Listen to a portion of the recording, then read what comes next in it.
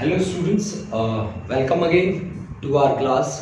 Jagat sir physics class, finest and easiest way to learn the concepts of physics. Students, today we are going to start the most important article of this chapter, that is Newton's laws. And last we have studied about the Newton first law, Newton's second law.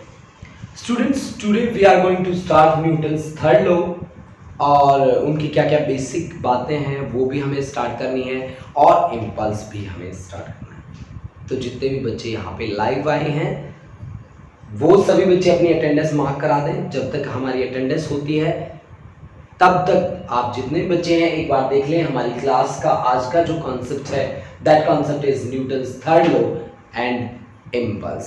आज हमें पूरी class में इसी भी बातें करनी है, Newton के थर्ड लॉ पे और इम्पल्स पे बेस हो गए। ठीक है, चलो जब तक आप सभी लाइव आ जाते हैं, ठीक है, तब तक अटेंडेंस मार्क कर लेते हैं।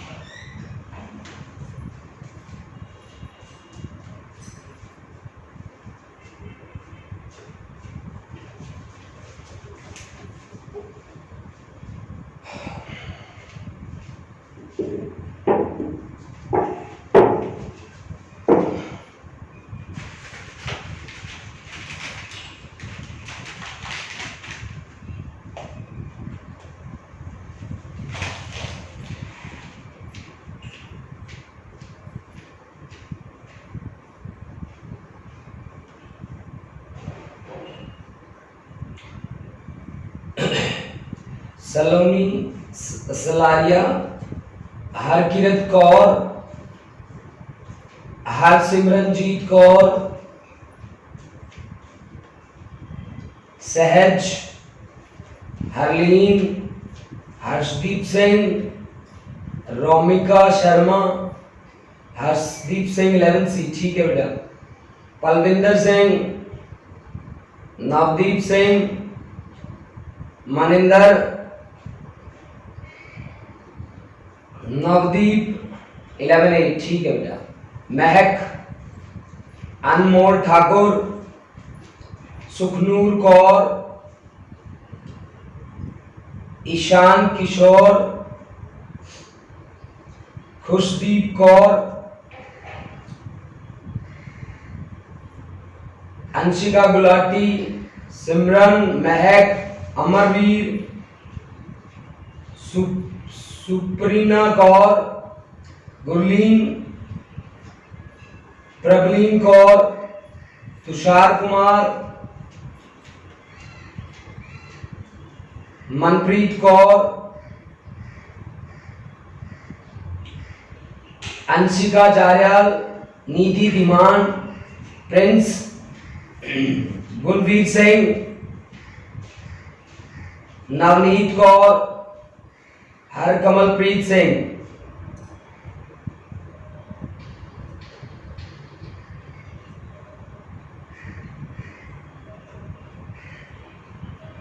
मान्य, हरकमल, सुखमन, रमनजीत,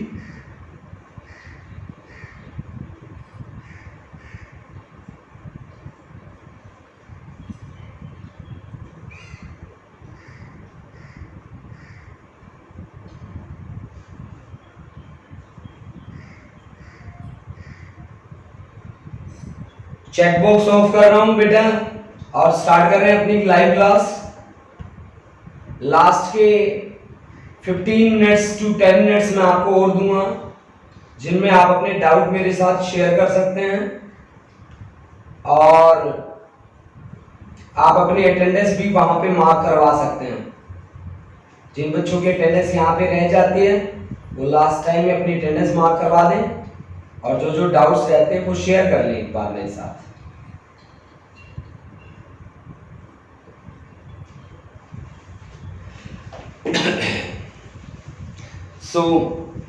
दोबारा से आप सभी का वेलकम है और good morning all of you. Today we are going to start the topic. That topic is about the Newton's third law. जो हम टॉपिक आज स्टार्ट करने वाले हैं that is Newton's third law.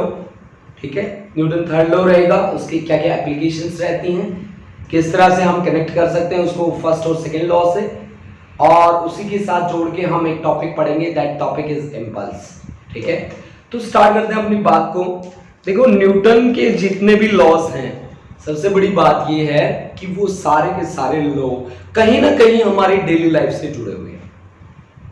अब न्यूटन के थर्ड लॉ की statement सुन लो। ये स्टेटमेंट इसकी आपने 9th क्लास में भी पढ़ी होगी, यहां पे भी एक बार मैं फिर से आपको पढ़ाने वाला हूं।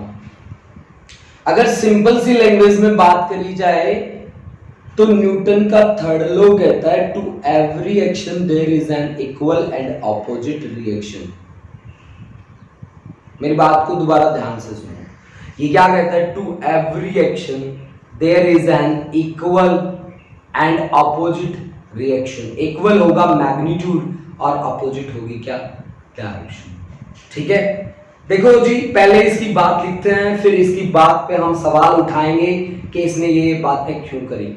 इसकी बातों का मीनिंग निकालते हैं कि क्या मीनिंग है, क्या लॉजिक है उसके पीछे, और उस लॉजिक पे आज मुझे बात करनी है under the article. That article is Newton's third law.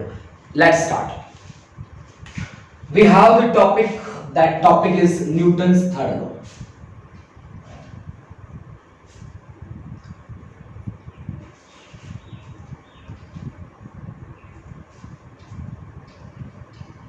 Newton बाबा ने हमें 3 लॉज दिए और तीनों के तीनों लॉ ऐसे हैं जो आप कभी भी किसी भी सिचुएशन में अप्लाई कर सकते हैं।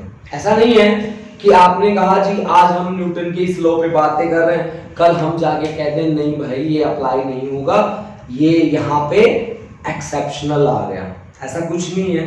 न्यूटन के जितने भी लॉज हैं वो आप किसी भी सिचुएशन में चले जाएं हर जगह अप्लाई होते ही होते हैं। अब देखो, न्यूटन का थर्ड लॉ एक्चुअल में क्या कहता है।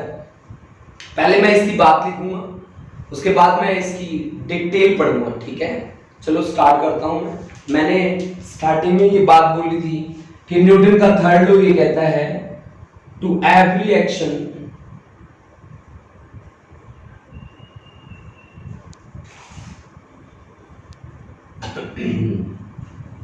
there is an equal and opposite reaction.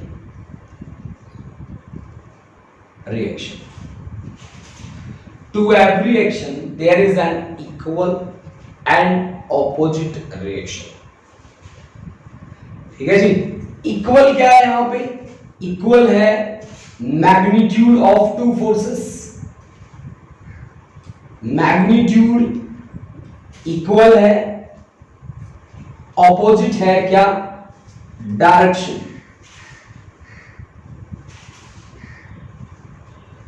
Direction opposite है क्या? डायरेक्शन। देखो जी, इसने कहा, इसकी अगर बातें मैं मानूं तो ये कहता है हर कोई है ना महात्मा गांधी नहीं होता। महात्मा गांधी की वो बातें आपने सुनी होगी कि जिसमें कहा जाता है कि एक बार महात्मा गांधी कहीं गए थे, अफ्रीका गए थे, तो वहां पे किसी ने उनको थप्पड़ मार दिया। अब थप्पड़ मारते ही उन्होंने क्या किया? दूसरी गाल भी आगे कर दी, कहा कि लो दूसरी गाल पे भी थप्पड़ मार दो। लेकिन न्यूटन बाबा क्या कहते हैं, ऐसा नहीं होता। अगर आपके इस गाल पे थप्पड़ पड़ा है तो दूसरा आपकी उल्टी गाल पे थप्पड़ मारेगा, मतलब वहां पे मैग्नीट्यूड तो सेम रहेगा बट डायरेक्शन दूसरी आ जाएगी। आपने इस पे मारा वो उस पे मार देगा, समझे। न्यूटन का यही कहता है, न्यूटन का लॉ यही कहता है कि हर कोई महात्मा गांधी नहीं होता, लगभग आपको भगत सिंह मिल जाते हैं, ठीक है।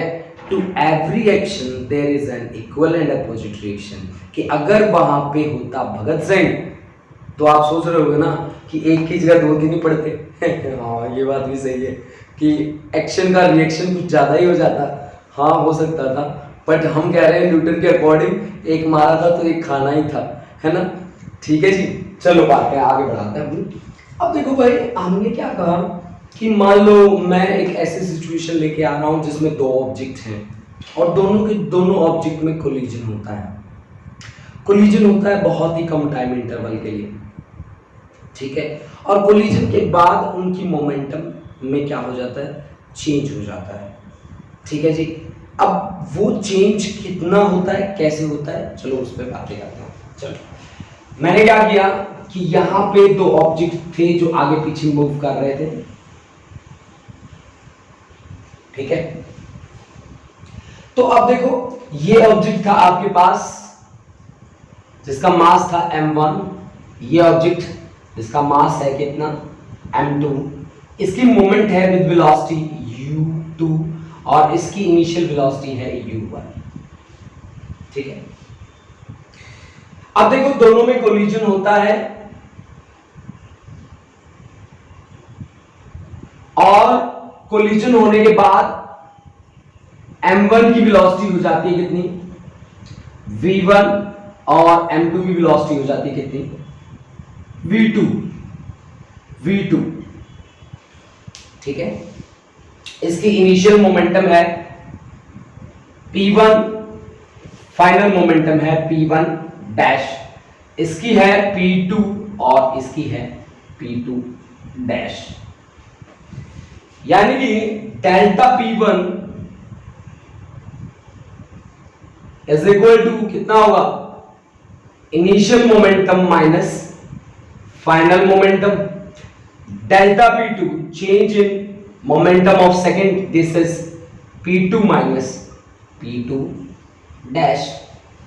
अब law of conservation of momentum क्या कहता है कि मोमेंटम इज ऑलवेज कंजर्व्ड, क्या momentum always remains constant. Student ये बात मेरी नोट कर लो कि टोटल एनर्जी हमेशा कंजर्व रहती है, टोटल मोमेंटम हमेशा कंजर्व्ड रहता है, ठीक है। टोटल मास हमेशा कंजर्व रहता है और टोटल चार्ज हमेशा कंजर्व रहता है। कंजर्व रहने का मतलब है कांस्टेंट रहना।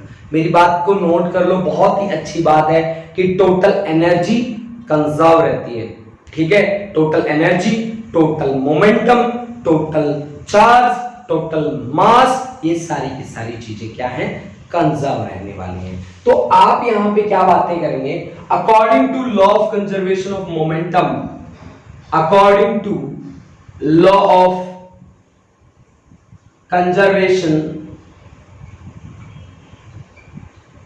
ऑफ मोमेंटम, मोमेंटम का कंजर्वेशन लॉ आपको क्या कहेगा कि change in momentum must be zero, यानी कि delta p1 plus delta p2 must be equal to zero, must be equal to zero. Delta p1 plus delta p2 must be equal to zero. अब आपने क्या कहा कि यहां जब collision हुआ था तो टाइम बहुत ही स्मॉल था, say that time is delta t. Now I am going to divide with delta t. This is delta t. ठीक है, यहां पे भी जीरो को किसी से डिवाइड कर दो, ये तो जीरो ही रहेगा, ठीक है।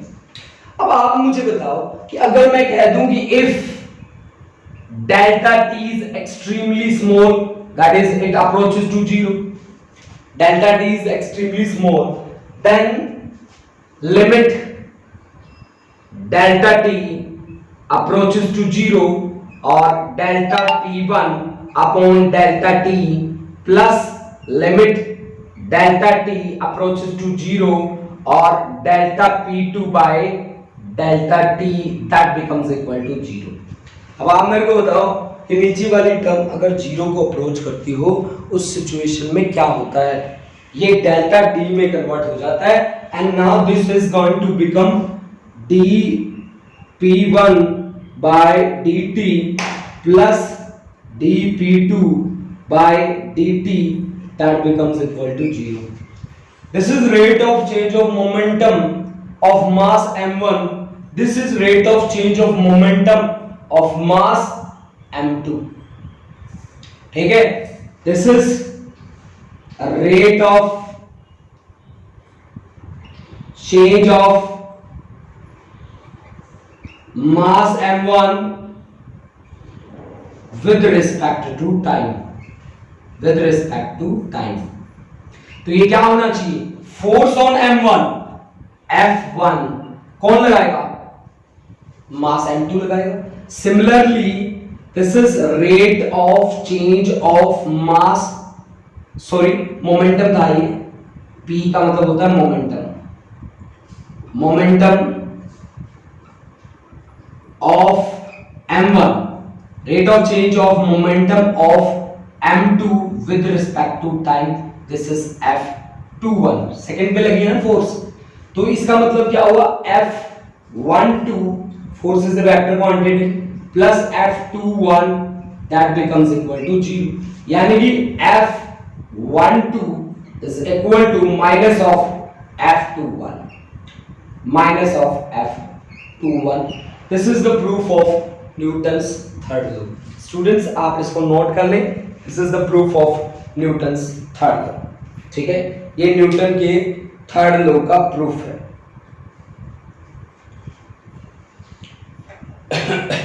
F12 is equal to minus of F21, यानी कि force on M1 due to M2 is equal to minus of force on M2 due to M1, due to M1।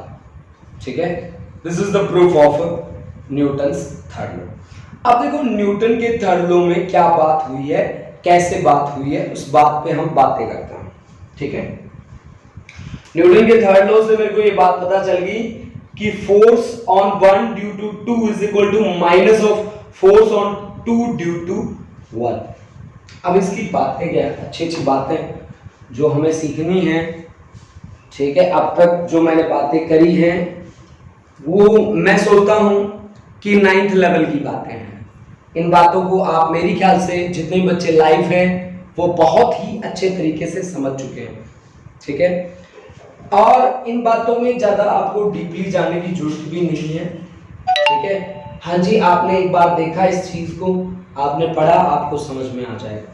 ठीक है, अब बात क्या आती है, जो बातें आपको पढ़नी चाहिए, जो बातें आपको सीखनी चाहिए, वो बातें कैसी हैं, क्या क्या बातें हैं, वो बातें अब हम करेंगे।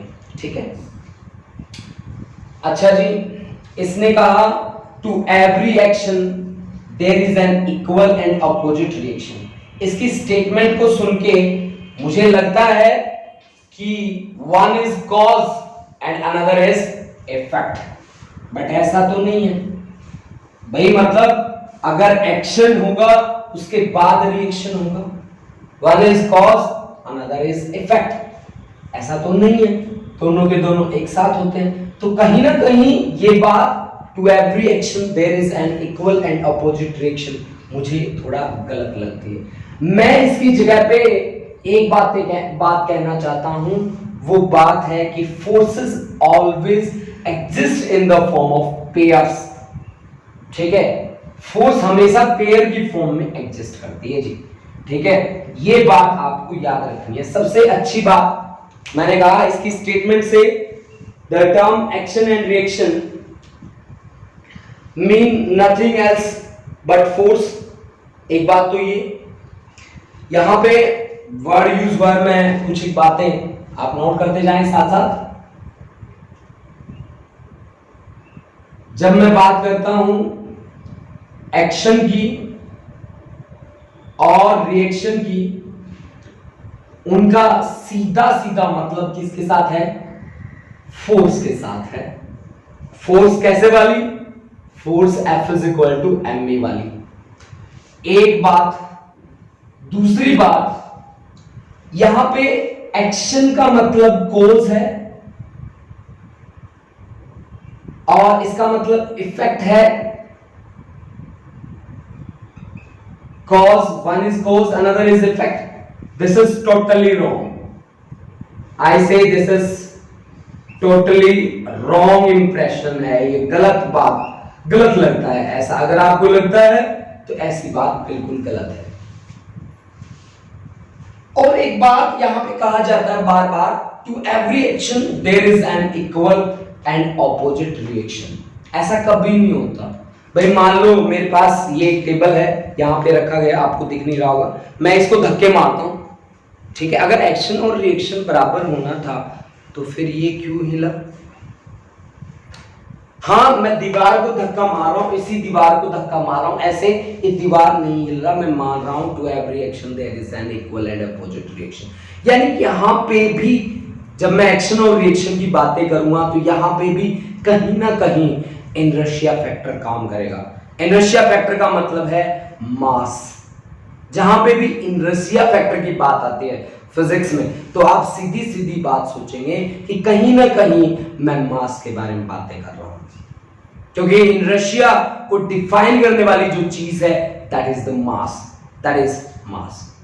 मास जितना ज्यादा होगा ऑब्जेक्ट का उतना ही इनर्शिया फैक्टर उसका क्या रहेगा? ज्यादा रहेगा। ठीक है। अब मैंने क्या बातें करी कि one is cause, another is effect, this gives us A wrong impression.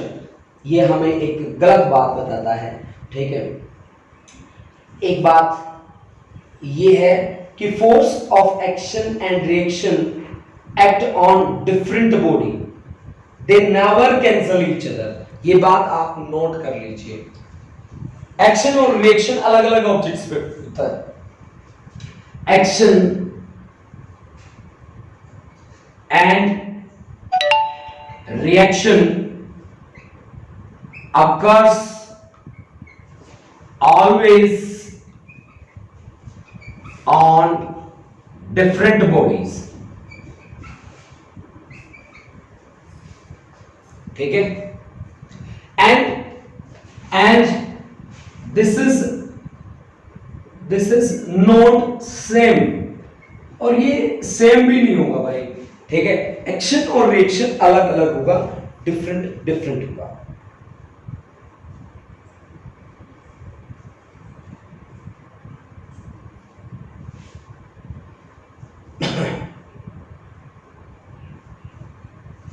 उसके बाद इसकी एक अच्छी सी बात है कि न्यूटन का third law is applicable for object, applicable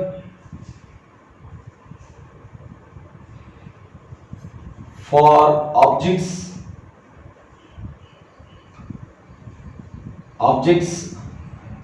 at rest as well as in motion। ये रेस्ट वाले ऑब्जेक्ट के लिए भी एप्लीकेबल होगा और मोशन वाले ऑब्जेक्ट्स के लिए भी एप्लीकेबल होगा। एक अच्छी बात और मैं बता देता हूं, ये हर तरह की फोर्सेस के लिए एप्लीकेबल है, चाहे आप ग्रेविटेशनल फोर्सेस की बात करते हैं, चाहे आप इलेक्ट्रिक फोर्सेस की बात करते हैं, चाहे मैग्नेटिक फोर्सेस की बात करते हैं। Applicable for all forces, all kinds of forces, applicable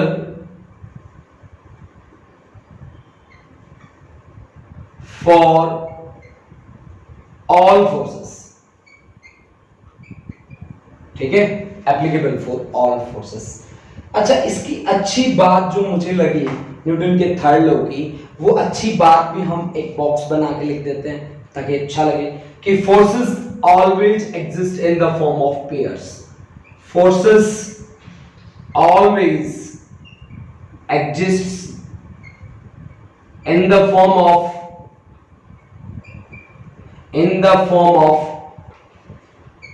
pairs. कि एक सिंगल फोर्स कभी भी एग्जिस्ट नहीं करती, न्यूटन का थर्ड लॉ हमें ये बताता है। ठीक है। Forces always exist in the form of pairs, pair की फॉर्म में एग्जिस्ट करती हैं। ठीक है। This is the statement of Newton's third law. Exact जो स्टेटमेंट है ना बच्चों, वो यही है। न्यूटन के थर्ड लॉ की एग्जैक्ट स्टेटमेंट अगर मैं आपसे पूछूं तो वो है कि forces always exist in the form of pairs. आप नोट कर लें, आपके पास 2 मिनट्स हैं, उसके बाद हम इसके कुछ एक एग्जांपल्स आपको देंगे, ठीक है।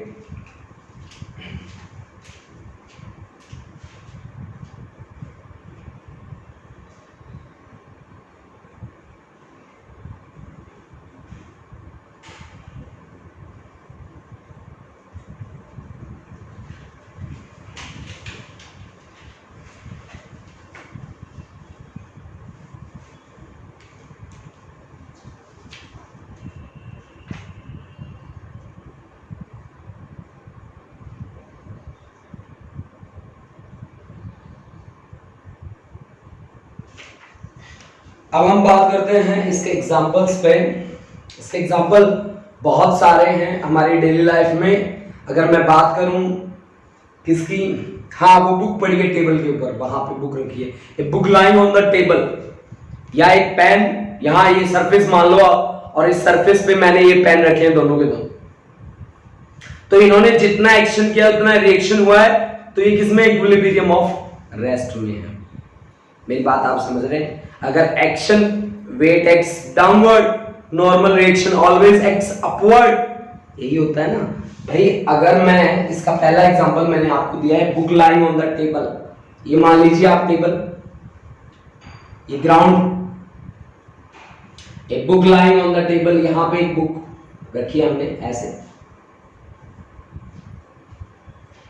ऐसे, a book lying on the table, तो इसका wait that is mg downward and the normal reaction, that is normal reaction is upward। तो यहाँ पे दो फोर्स हैं जो एक दूसरे को क्या कर रहे हैं, बैलेंस कर रहे हैं। वॉकिंग ऑफ ए मैन, इसका तो हमने पहले भी एग्जांपल लिया था। जैसे कि हम कैसे चलते हैं, ऐसे फीट प्रेस करते हैं ग्राउंड पे, ठीक है ना भाई। मान लीजिए यहीं बीच में बना देता हूं कहीं पे ऐसे। Walking of a man is also example of Newton's third law. कैसे, अब पैर बनाना पड़ेगा भाई ऐसे। सही तो नहीं बनता मेरे से, ये अच्छा सा नहीं बनता, चलो अच्छा सा आप बना लेना, ठीक है जी।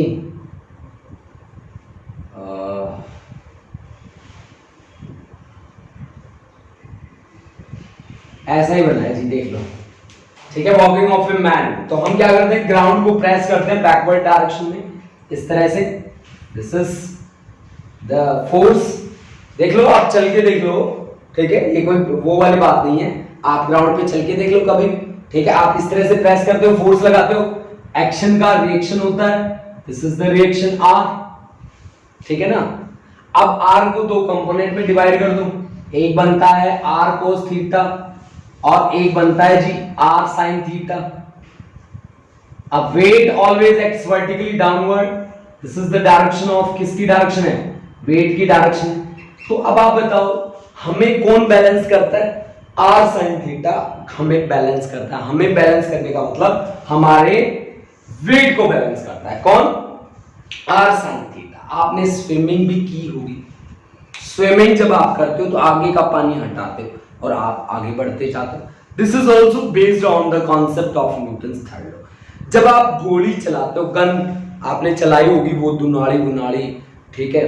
तो कभी किसी बच्चे ने अगर गन चला के देखी तो पहले ये बात कही जाती है कि आप अपने शोल्डर से लगा लें उसको, गन को, ठीक है। क्योंकि जैसे ही आप फायर करोगे गन बैकवर्ड डायरेक्शन में जाएगी, क्योंकि जितना आपने एक्शन किया उतना रिएक्शन भी होगा, ठीक है। आप मेरी बात समझ रहे हो? बहुत से बच्चों ने फायर करके तो देखा ही होगा, नहीं देखा तो मत देखना भाई, कोई जरूरी नहीं है कि आप, जगत सर ने कहा है कि आज फायरिंग करके देखनी है तो पापा निकालो अपनी दुनाली हैं फायरिंग करते हैं, ऐसा नहीं है, ठीक है। आपको देख लेना कि कैसे फायर करते होते हैं, कि आपने गन ली, शोल्डर पे रखी और फिर फायर किया, तो gun always jerk in the backward direction. This is due to the, although this is based on the concept of law of conservation of momentum, if there is law of conservation of momentum, 100% sure this is based on Newton's third law. This is also based on Newton's third law. This thing you have to keep in mind. ठीक है। तो ये हमने कुछ एक और भी example ले सकते हैं, जैसे कि हमने पेंच लगाना है दीवार में, वो ड्रिलिंग मशीन लेके आते हैं, उस ड्रिलिंग मशीन पे प्रेशर डालते हैं ऐसे, ऐसा नहीं है ना उसको पकड़ के खड़े हो गए कि कर दे ड्रिल और वो जाती जा रही है अंदर, ऐसा होता है कभी? कभी नहीं होता, नहीं होता ना, क्योंकि आपको एक्शन करना पड़ेगा, तभी क्या होगा? रिएक्शन होगा। This is all about the Newton's third. ये न्यूटन के थर्ड लॉ के बारे में हमने सब कुछ पढ़ा है, इसके एग्जांपल्स हमने पढ़े हैं, ठीक है। तो बहुत ही अच्छा टॉपिक है बच्चों, इसको बड़ा ही अच्छे तरीके से आपको प्रिपेयर करना है, ठीक है, और काफी ज्यादा हेल्पफुल भी रहेगा आप लोगों के लिए, ठीक है। अब देखो बेटा, अब हमारा है आज के लिए हमने केवल 2 ही आर्टिकल उठाए थे, एक न्यूटन का थर्ड लॉ और एक हमने लिया था इंपल्स। इंपल्स क्या होता है? अब इंपल्स को याद करने से पहले आप याद करो क्रिकेट को। क्रिकेट में सचिन तेंदुलकर खेल रहा है, शाहिद अफरीदी ने बॉलिंग करी है और तेंदुलकर ने मार दिया सिक्सर, मार दिया, तेंदुलकर ने मारा है जी 6, ठीक है, बाउंड्री पार गया है, ठीक है।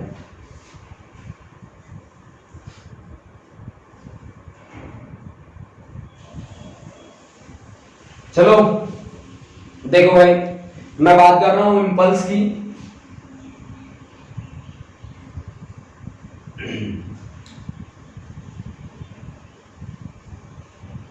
देखो जी, इंपल्स, इंपल्स क्या होता है? आपको मैंने कहा क्रिकेट को याद कर लो। क्रिकेट को कैसे याद किया? शाहिद अफरीदी ने बॉलिंग करी, आगे खड़े थे तेंदुलकर महाराज और तेंदुलकर ने मारा जमा के छक्का। अब भाई बात ये नहीं है कि अफरीदी था कि तेंदुलकर था, अब बात ये है कि बैट और बॉल आपस में कितने टाइम के लिए कांटेक्ट में आए। I want to ask that question. आप बताओ मुझे कि बैट और बॉल आपस में कितने टाइम के लिए कांटेक्ट में आए? सोच के देखो कि अफरीदी ने बॉलिंग करी, बॉल गई, अब बैट के पास आई, अब बैट ने कहा hi hello how are you, ball ने भी कहा आई एम फाइन, ठीक है, हाउ आर यू, मतलब कई देर तक उनकी बातें होती रही। उसके बाद वो उसने बैट ने उस पर फोर्स लगाई और फोर्स लगा के हवा में उड़ा दिया। क्या ऐसा था? नहीं, ऐसा नहीं था। तो कैसा था? बॉल आई, बहुत ही कम टाइम के लिए उनमें कोलिजन हुआ, बैट और बॉल में कोलाइड हुए वो, और कोलिजन होने के बाद उसकी स्पीड, उसकी डायरेक्शन, उसकी वेलोसिटी या उससे जुड़ी हुई हर चीज क्या हो गई? चेंज हो गई, उसके मोमेंटम भी चेंज हो गई, चेंज हुई। ऐसी फोर्सेस जो बहुत ही कम टाइम इंटरवल के लिए एक्ट करते हैं उनका नाम होता है इंपल्स। ऐसी फोर्सेस जो बहुत ही कम टाइम इंटरवल के लिए काम करती हैं, those forces are called as impulse. देखो बच्चों, ये इंपल्स का आर्टिकल जैसे कंप्लीट होगा मैं आपको एक बेहतरीन जोक सुनाने वाला हूं आज, ठीक है। मैंने भी कल ही सुना है, बड़ा अच्छा लगा मुझे, ठीक है। तो आप वेट कीजिए तब तक, जब तक कि हम इस आर्टिकल को कंप्लीट नहीं कर देते, ठीक है। आपको बहुत ही अच्छा लगने वाला है वो जोक जो मैं आपको सुनाऊंगा, ठीक है। यानी कि impulse of a force is a measure of total effect of force. इस बात को आप नोट कर ले बच्चा party. Impulse of a force is a measure of total effect of force. यानी कि मैंने क्या कहा? This is the measure of total effect of force, measure of total effect of force.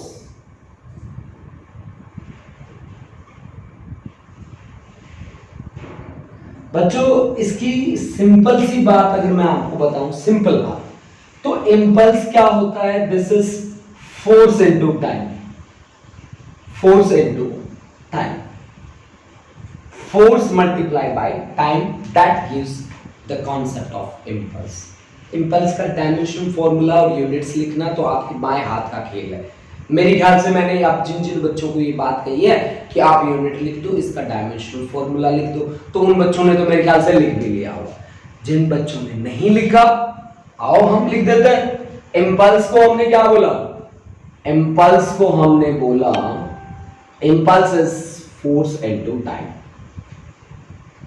और फोर्स को हम क्या बोलते हैं? force is ma or into time, acceleration is velocity upon time, time से time cancel, velocity is displacement upon time, मास को m से, displacement को l से, टाइम को t से, this is m1 l1 t minus 1। देखो बच्चों, बहुत ही अच्छी बात मैं बताने वाला हूं।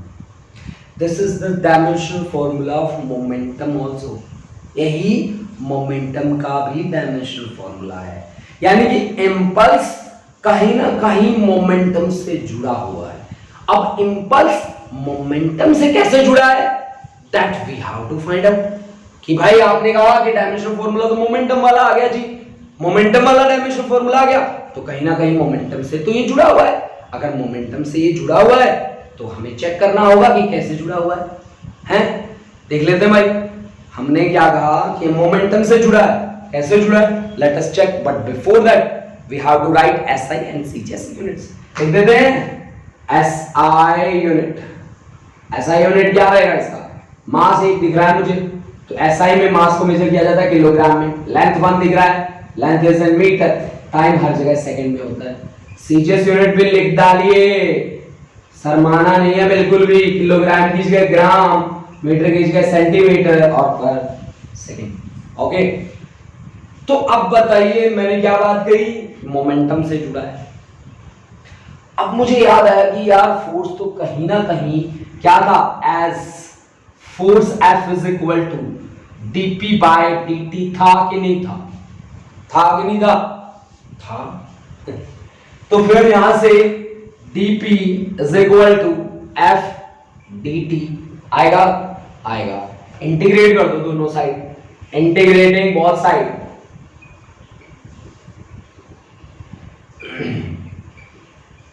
बोथ साइड्स इंटीग्रेट कर दो जी। इंटीग्रेट करते ही इंटीग्रेशन dp इनिशियल ले लो p1, फाइनल ले लो p2 momentum, which is equal to f, बाहर ही रख लो, इंटीग्रेशन टाइम के लिए dt, initial time 0, final time p ले लो। अब देखो dp का हो जाएगा p, लिमिट के लिए बॉक्स बनाओ, इनिशियल नीचे लिख दो, फाइनल ऊपर लिख दो, दिस इज f, dt का आ जाएगा t और इनिशियल नीचे, फाइनल ऊपर। लिमिट पुट करने का तरीका, upper limit minus lower limit, p की जगह अपर लिमिट है p2, p की जगह लोअर लिमिट है p1, that is equal to f into t minus 0। अब देखिए p2 minus p1 that is force into time, force into time is nothing but equal to impulse, है ना। तो impulse किसके इक्वल हुआ है, this is final momentum minus initial momentum, that is change in momentum. Momentum में change इसके equal होगा, इंपल्स के इक्वल होगा। This is the most important article of this concept कि change in momentum is equal to किसके, impulse के equal होगा, ये होगा इंपल्स के इक्वल।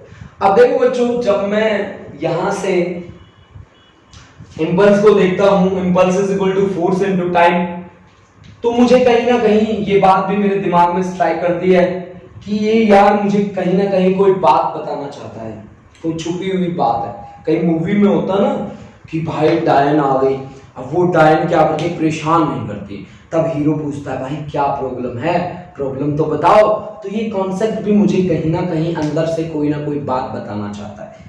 अब वो बात क्या बताना चाहता है, पूछ लेते हैं इससे। चलो हम पूछते हैं किससे, इस कॉन्सेप्ट से कि भाई साहब बताइए क्या बात आप बताना चाहते हो। तो ये कहता है कि मेरे को ध्यान से देखो, मेरी डेफिनेशन क्या है। मैंने इसकी डेफिनेशन को ध्यान से देखा तो impulse is equal to force into time था। अच्छा, अब मेरे को कुछ समझ में आया, अब तक मेरे को नहीं आया। फिर मैंने देखा कि यहां से फोर्स क्या हो सकता है, force is equal to impulse divide by time, that is I can say force is inversely proportional to time. अरे ये कहां पे अप्लाई होता है, ये कॉन्सेप्ट कहीं पे अप्लाई होता है कि अगर टाइम को बढ़ा दें फोर्स घट जाएगा। व्हाइल कैचिंग ए बॉल, हम क्रिकेट खेल रहे हैं, बॉल आ रही है, कभी किसी ने ऐसे कैच किया है कि बॉल आ रही है, आगे भागने लग जाए, ऊपर से लपक ले, कभी देखा आप लोगों ने? आप बताओ मुझे, आप में से कभी किसी ने क्रिकेट खेलते टाइम कि कभी किसी बॉल को ऐसे कैच किया, ऐसे ऐसे ऐसे ऐसे कैच किया, ऐसे कैसे कैच करते हो, ऐसे ऐसे ऐसे ऐसे कैच करते हो ना भाई, आप अपने हाथों को नीचे ले जाते हो लगातार, किस लिए, ताकि टाइम बढ़ जाए। अगर टाइम बढ़ गया तो फोर्स क्या हो जाएगा, घट जाएगा। This is the best example. और आपको क्या चाहिए हैं, while catching a ball a cricketer lowers his hands, as while lowering the hand time will increase, and if time will increase force will decrease according to the concept of impulse। ठीक है, ये बात समझ गए, समझ गए। अब देखो भाई, एक ऑब्जेक्ट को हमने ऊपर से फेंका, एक आदमी ने छलांग लगा दी सुसाइड करने के लिए 10वीं मंजिल से, 100% श्योर है वो मर जाएगा। या ऐसे होगा कि जैसे ही छलांग लगाई वो हवा में hi hello hi how are you करता आ रहा है। कभी देखा है ऐसा, हुआ है? कभी नहीं हुआ, क्योंकि वहां पे टाइम बड़ा ही कम मिलता है उसको। अगर टाइम कम मिलता है तो वो नीचे आके फूट जाएगा। अगर इसी की जगह पैराशूट लेके कूद जाता है, फिर हाँ जी हेलो हेलो करता आता है, टाइम बढ़ जाता है, फोर्स घट जाती है, वहां पे फोर्स ज्यादा नहीं लगती। जैसे कि हम मान लो एलईडी लेने गए, मार्केट में एलईडी लेने गए, हमने एलईडी ले ली या एलसीडी जो भी आजकल जो चल रहा है, एलईडी लेने गए, एलईडी ले ली। अब मैंने क्या देखा कि दुकानदार ने उसको रैपिंग करके दिया मेरे को, रैपिंग में थर्मोकोल की शीट्स लगा के दी। मैंने पूछा चाचा तूने ये रैपिंग वाली शीट क्यों यूज करी है? तो चाचा कहने लगा कि बेटा अगर ये गिर जाएगा ना तो टूटेगा नहीं। मैंने कहा अच्छा टूटेगा नहीं, क्यों नहीं टूटेगा? कहता है कि फोर्स के पहुंचने तक टाइम बढ़ जाएगा, आगे थर्मोकोल उसके टाइम को ले जाएगा। फिर मेरे को याद आया यार ये चाचा तो फिजिक्स की बातें कर रहा है, सच्ची फिजिक्स की बातें कर रहा था वो। क्यों? क्योंकि वो कह रहा था कि टाइम बढ़ा दूंगा, अगर टाइम बढ़ा दूंगा तो फोर्स क्या हो जाएगा, घट जाएगा। ठीक है ना, फोर्स क्या हो जाएगा, घट जाएगा। ठीक है, इसी तरह से जो ग्लास के बने होते हैं, जैसे कि हमारे घरों में ग्लास आते हैं, पानी वगैरह देते होते हैं हम गेस्ट को, खाना खाते होते हैं, ठीक है, जो प्लेट्स वगैरह आती होती हैं वो हमेशा रैपिंग करी होती है उनकी, उनके ऊपर थर्मोकोल लगाया होता है, या कई बार अखबार के टुकड़े लगाए होते हैं। वो इसीलिए लगाए होते हैं कि टाइम बढ़ जाए। अगर टाइम बढ़ जाएगा तो फोर्स क्या हो जाएगी, घट जाएगी। ठीक है ना, मेरी बात समझ चुके हो आप लोग? अगर आप मेरी बात को बहुत ही अच्छे तरीके से समझ चुके हो तो फिर सुन लो आज वाला जोक। ठीक है, तो सबसे पहले आप नोट करेंगे, उसके बाद हम आपको एक अच्छा सा बेहतरीन जोक सुनाएंगे। ठीक है, ऑल्दो हमारे जो लास्ट के 10 मिनट्स हैं वो उसमें से 2 मिनट में आपके ले रहा हूं। ठीक है, एक बार क्या होता है, एक कोर्ट में ना वो चली होती है, केस चला होता है। तो केस लगभग एक वकील हारने वाला होता है, तो वकील एक चाल चलता है। वो कहता है कि जज साहब, माय लॉर्ड, आप ये फैसला उनके हक में नहीं दे सकते, ये फैसला मेरे हक में रहेगा क्योंकि ये ऐसा कानून की किताब में लिखा है। जज ने कहा ऐसी कौन सी किताब है जिसमें ये बात लिखी है, वो किताब पेश की जाए। अब वो किताब कहता है जज साहब इसका पेज नंबर 20 खोल के देखो। अब जैसे ही पेज नंबर 20 खोला ना भाई, 2-2 हजार के 20 नोट थे। जज ने देखा और देख के बुक बंद कर दी और कहा कि ऐसे ऐसे सबूत 10-12 और पेश किए जाए। ठीक है चलो अब हम स्टार्ट करते हैं आपके डाउट सेशन। ठीक है, जिन जिन बच्चों को जो जो डाउट्स हैं वो आप शेयर करते जाएं मेरे साथ। ठीक है, और हमारी क्लास कैसी रही है वो बातें भी शेयर कर लें। मैं चैट बॉक्स ओपन करने वाला हूं।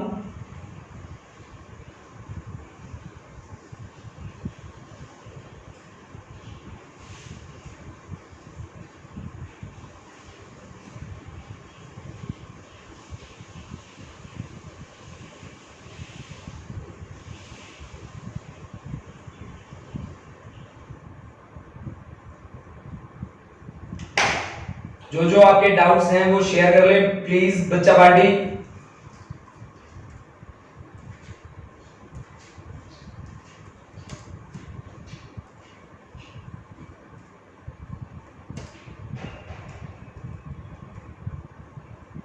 फटाफट से क्लास के बारे में बताते जाएं।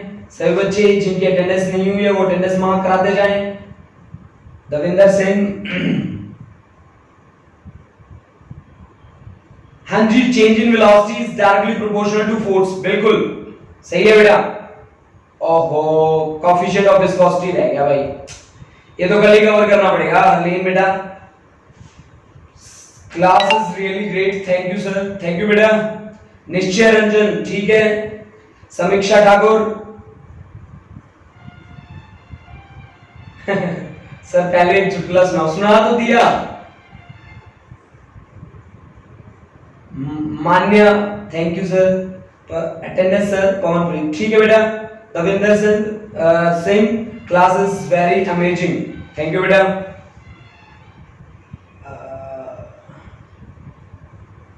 सर बेशम रायत, ठीक है बेटा। Gurleen Kaur, sir the class is really good, thank you बेटा। Amarveer, really interactive class, thank you बेटा। शुभदीप, अच्छा सिमरन 11 सी, ठीक है बेटा, अटेंडेंस लग गई आपकी। Nidhi, sir your explanation is really awesome, thank you बेटा। Romika, class was very good and interesting, thank you sir, thank you बेटा। Mac, the class is really very interesting, all clear, thank you sir, thank you बेटा। गुरजोत, अच्छा सिमरनप्रीत कौर, ठीक है बेटा। Mukul Singh Jakhar, thank you sir, thank you बेटा, thank you Mukul. Anshika Gulati, very good class sir, thank you. Varinda Thakur, ठीक है बेटा। Chetan Dev, good morning sir, 11 C, ठीक है बेटा। Sahaj Kaur, thank you sir, the class was very interesting, thank you बेटा। हरमनप्रीत सिंह, ठीक है बेटा, 11 सी की अटेंडेंस हो गई। Sukhdeep Kaur, very interesting and knowledgeable class, thank you sir, interesting class. Harmanpreet Singh, class is very interesting and enjoyable, चलो बहुत बढ़िया है हरमन। अच्छा Navneet Kaur, sir class was very interesting, thank you बेटा, थैंक यू बच्चों। जिन जिन बच्चों को डाउट्स आते हैं वो भी मेरे साथ शेयर करते जाएं। कल सबसे पहले मैं कोएफिशिएंट ऑफ विस्कोसिटी पे बात करूंगा, उसके बाद हम आगे बढ़ेंगे बेटा। Varinder Thakur, the class was very interesting, thank you sir. Sahaj, the joke was very funny, thank you बेटा। घर वालों को सुनाना आज है। अमरजीत कौर, ठीक है। जसलीन नांगल, 11 ए अटेंडेंस, ठीक है बेटा। Jasveer KS, Bhavjot Kaur, 11 C, amazing class sir, thank you बेटा। सहज, ओके सर, हाँ सुनाना जरूर है घर पे। ठीक है बच्चों, ठीक है बेटा। नेक्स्ट क्लास के लिए प्रिपेयर हो जाओ आप, आपकी आगे भी होनी है लाइव क्लास, ठीक है। तो हम यहीं पे अपनी क्लास को कंप्लीट करते हैं। Thank you students, thank you all.